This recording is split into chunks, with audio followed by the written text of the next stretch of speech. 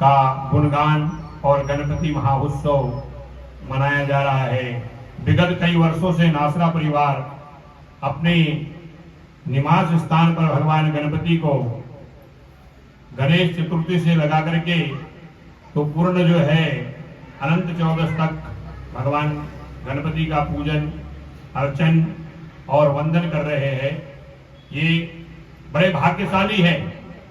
देखिए, वैसे तो हमारा संपूर्ण भारत जो है वो भक्ति की गंगा में डूबा हुआ है और भक्ति की जो गंगा जी है वो किसी अन्य धर्म से हटके नहीं है और ये सिर्फ हमारे देश में ही प्राप्त होता है। जितने भी ऋतुओं का आनंद है, इसी प्रकार हमारे श्रावण मास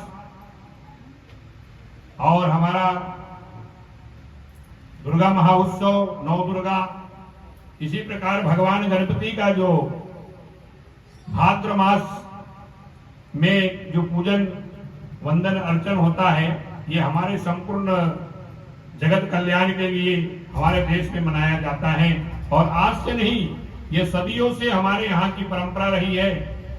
हमारे देश की जिस प्रकार भगवान गणपति ने संपूर्ण जगत को ये संदेश दिया कि भगवान गणपति का प्रथम पूजन, किसी भी देवताओं का पूजन से पहले भगवान गणपति का पूजन होता है। गणपति पूजन के बाद में सूर्य आदि नवग्रह का पूजन होता है। उसके बाद में हम जो हमारे इष्ट है उसका हम पूजन करते हैं।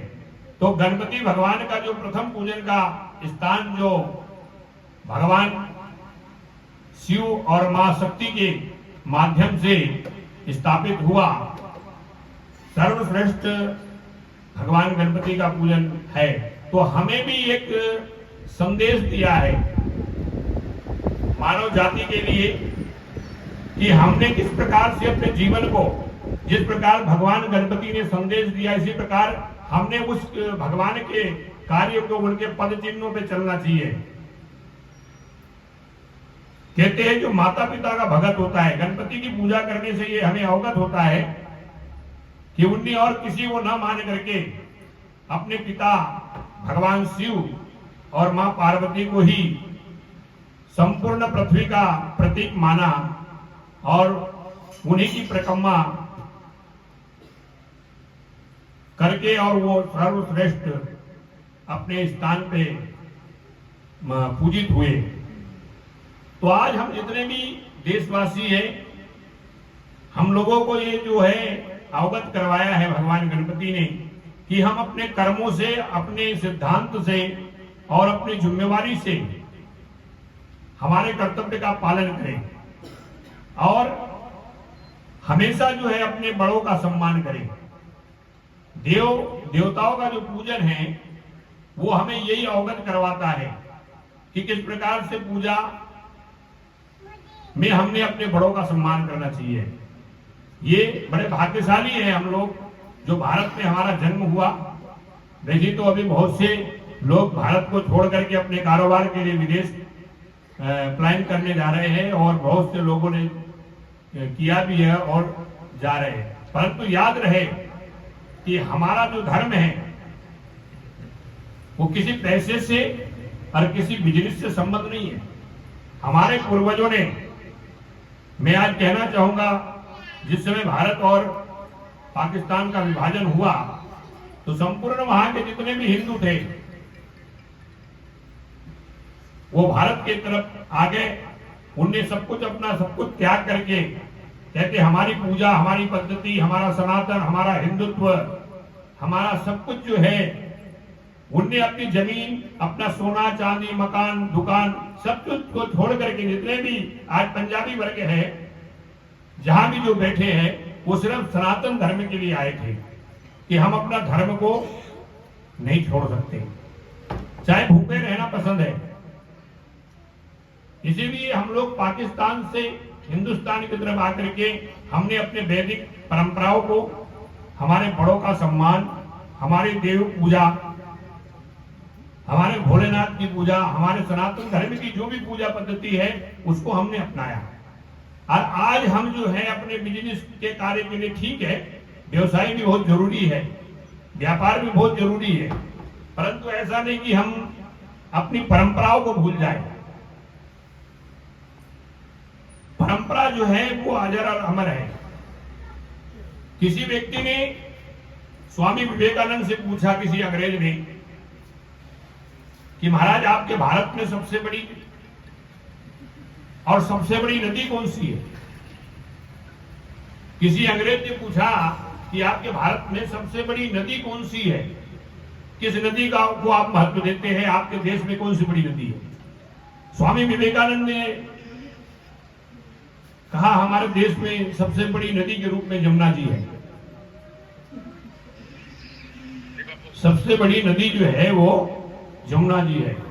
किसी सज्जन ने कहा तो स्वामी जी आपने गंगा जी का नाम क्यों नहीं लिया? अरे भाई, आपके देश में तो सबसे बड़ी नदी जो है वो गंगा के रूप में है। कहते नहीं, गंगा कभी नदी नहीं हो सकती है।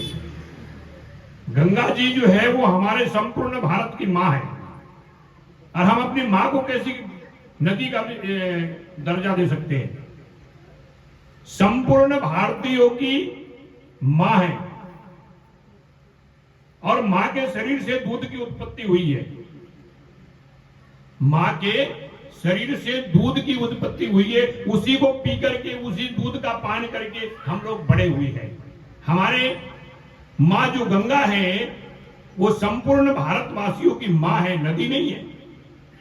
नदी की अगर बात कहें तो नदी में पानी बहता है, पर मां गंगा के अंदर तो दूध बहता है। हमारा जीवन जो है वो, स्वामी विवेकानंद जी ने उस अंग्रेज को ये समझाया कि संपूर्ण भारतवासियों की मां है वो गंगा है, नदी नहीं हो सकती। और मां के शरीर से दूध ही उत्पन्न होता है। संपूर्ण जगत के लोग हम उस दूध को पीते हैं, और पी करके हम इतने बड़े, हमारा विवेक, हमारी बुद्धि, हमारा ज्ञान, और मरने के बाद भी हमारी अस्थियां भी जो है वो गंगा जी में विसर्जित होती है। तो इस प्रकार से जो है उनने गंगा जी जैसी, संपूर्ण भारत में कुंभ के मेले लगते हैं, समोती का स्नान होता है, हरिद्वार,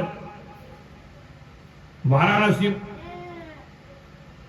प्रयागराज, ऐसे पूरे संपूर्ण गंगा जी का हम अमृत पान करते हैं, उनका जल पी करके। जब कोई व्यक्ति बीमार होता है तो तुलसी का पत्ता और गंगा जी हम घोल करके उसके मुंह में डाल देते हैं। तो ऐसी मां को हम कैसे नदी का रूप दे सकते हैं? तो ये वो देश है, ये वो भारत है। यहां पर तो हमारे यहां पत्थरों में, पेड़ में, पीपल के पेड़ की हम पूजा करते हैं। हम ब्रह्मा और विष्णु भी उसको उसके अंदर मानते हैं, और पत्थरों में हमारी आस्था है। ज्योति के अंदर जो है हमारी मां बैठी हुई है। ज्योति का पूजन करके हम जो है अपनी मां को प्रसन्न करते हैं। तो हमारा वो देश है, वो हमारा ज्ञान है, वो हमारा विज्ञान है, वही हमारी आस्था है, वही हमारा देश का कल्चर है। तो हम बड़े भाग्यशाली हैं। धन दौलत तो आनी जानी वस्तु है। कोविड काल आया, लोगों के पास करोड़ों रुपए थे, कोविड में जो लपेटे में आ गया वो बच नहीं पाया। करोड़ों रुपए रहने के बाद भी वो व्यक्ति मृतक हुआ।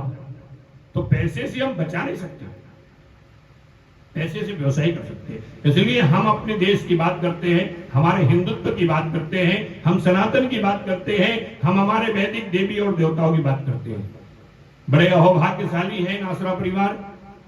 मैं आप लोगों को बहुत सारी शुभकामनाएं देता हूं, बहुत सारी बधाई देता हूं कि इसी प्रकार आप भगवान गणपति का, मां दुर्गा का पूजन, वंदन, अर्चन करते रहे, और अपने सभी लोगों को ये एक संदेश दे कि वो भी आगे चल के करते रहे, और आने वाली जो जनरेशन है उनके पास भी ये संदेश जाए कि हमारे घर के अंदर गणेश पूजन होता था, आने वाले समय में बच्चे भी, हमारी मातृ शक्ति भी ये पूजन करते रहे, और सद्बुद्धि, ज्ञान, विज्ञान का भंडार भगवान गणपति सबको आशीर्वाद प्रदान करे, यही हमारी कामना है।